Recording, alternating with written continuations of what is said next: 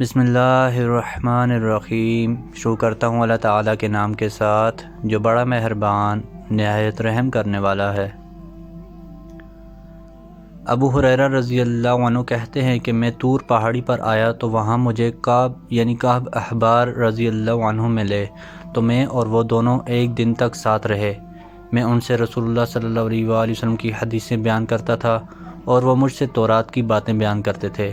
میں نے ان سے کہا، رسول اللہ صلی اللہ علیہ وآلہ وسلم نے فرمایا ہے، بہترین دن جس میں سورج نکلا جمعہ کا دن ہے، اسی میں آدم پیدا کیے گئے، اسی میں دنیا میں اتارے گئے، اسی میں ان کی توبہ قبول کی گئی، اسی میں ان کی روح نکالی گئی، اور اسی دن قیامت قائم ہوگی۔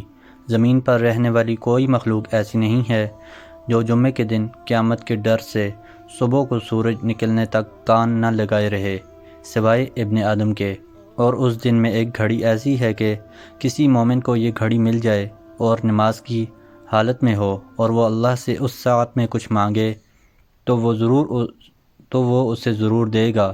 کعب نے کہا، یہ ہر سال میں ایک دن ہے۔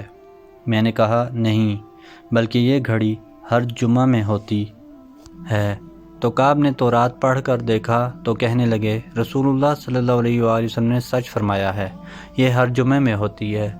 پھر میں وہاں سے نکلا تو میری ملاقات بصرہ بن ابی بصرہ غفاری رضی اللہ عنہ سے ہوئی، تو انہوں نے پوچھا، آپ کہاں سے آ رہے ہیں؟ میں نے کہا، طور سے۔ انہوں نے کہا، کاش کہ میں آپ سے وہاں جانے سے پہلے ملا ہوتا تو آپ وہاں نہ جاتے۔ میں نے ان سے کہا، کیوں؟ میں نے رسول اللہ صلی اللہ علیہ وآلہ وسلم کو سنا، آپ فرما رہے تھے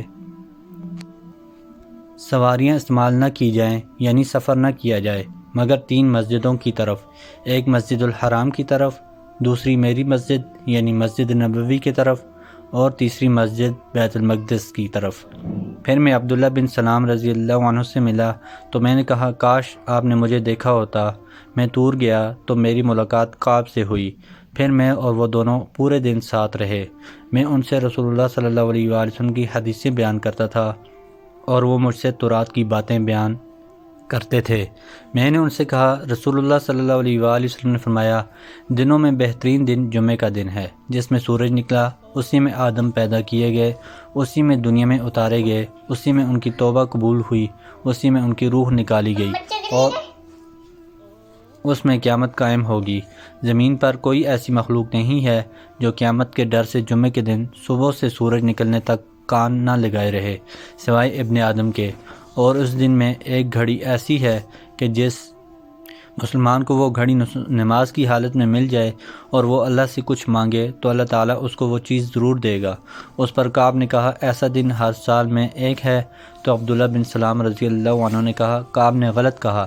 میں نے کہا، پھر کعب نے تورات پڑھی اور کہا، رسول اللہ صلی اللہ علیہ وآلہ وسلم نے سچ فرمایا ہے، وہ ہر جمعہ میں ہے۔ تو عبداللہ بن سلام رضی اللہ عنہ نے کہا، کعب نے سچ کہا۔ پھر انہوں نے کہا، میں اس گھڑی کو جانتا ہوں۔ تو میں نے کہا، اے بھائی، مجھے وہ گھڑی بتا دیں۔ انہوں نے کہا، وہ گھڑی جمعے کے دن سورج ڈوبنے سے پہلے کی آخری گھڑی ہے۔ تو میں نے کہا، کیا آپ نے رسول اللہ صلی اللہ علیہ وآلہ وسلم سے یہ نہیں سنا کہ آپ نے فرمایا، جو مومن اس گھڑی کو پائے وہ نماز میں ہو جبکہ اس گھڑی میں کوئی نماز نہیں ہے؟ تو انہوں نے کہا، کیا آپ نے نہیں سنا ہے کہ رسول اللہ صلی اللہ علیہ وآلہ وسلم نے فرمایا ہے، جو شخص نماز پڑھے پھر بیٹھ کر دوسری نماز کا انتظار کرتا رہے تو وہ نماز ہی میں ہوتا ہے؟ میں نے کہا، کیوں نہیں سنا ہے؟ اس پر انہوں نے کہا، تو وہ اسی طرح ہے۔ کلثوم بنت عقبہ رضی اللہ عنہا کہتی ہیں کہ میں نے رسول اللہ صلی اللہ علیہ وآلہ وسلم کو کسی بات میں جھوٹ بولنے کی اجازت دیتے نہیں سنا، سوائے 3 باتوں کے۔ رسول اللہ صلی اللہ علیہ وآلہ وسلم فرماتے تھے، میں اسے جھوٹا شمار نہیں کرتا۔ ایک یہ کہ کوئی لوگوں کے درمیان صلح کرائے اور کوئی بات بنا کر کہے اور اس کا مقصد اس سے صرف صلح کرانی ہو۔ دوسرے یہ کہ ایک شخص جنگ میں کوئی بات بنا کر کہے۔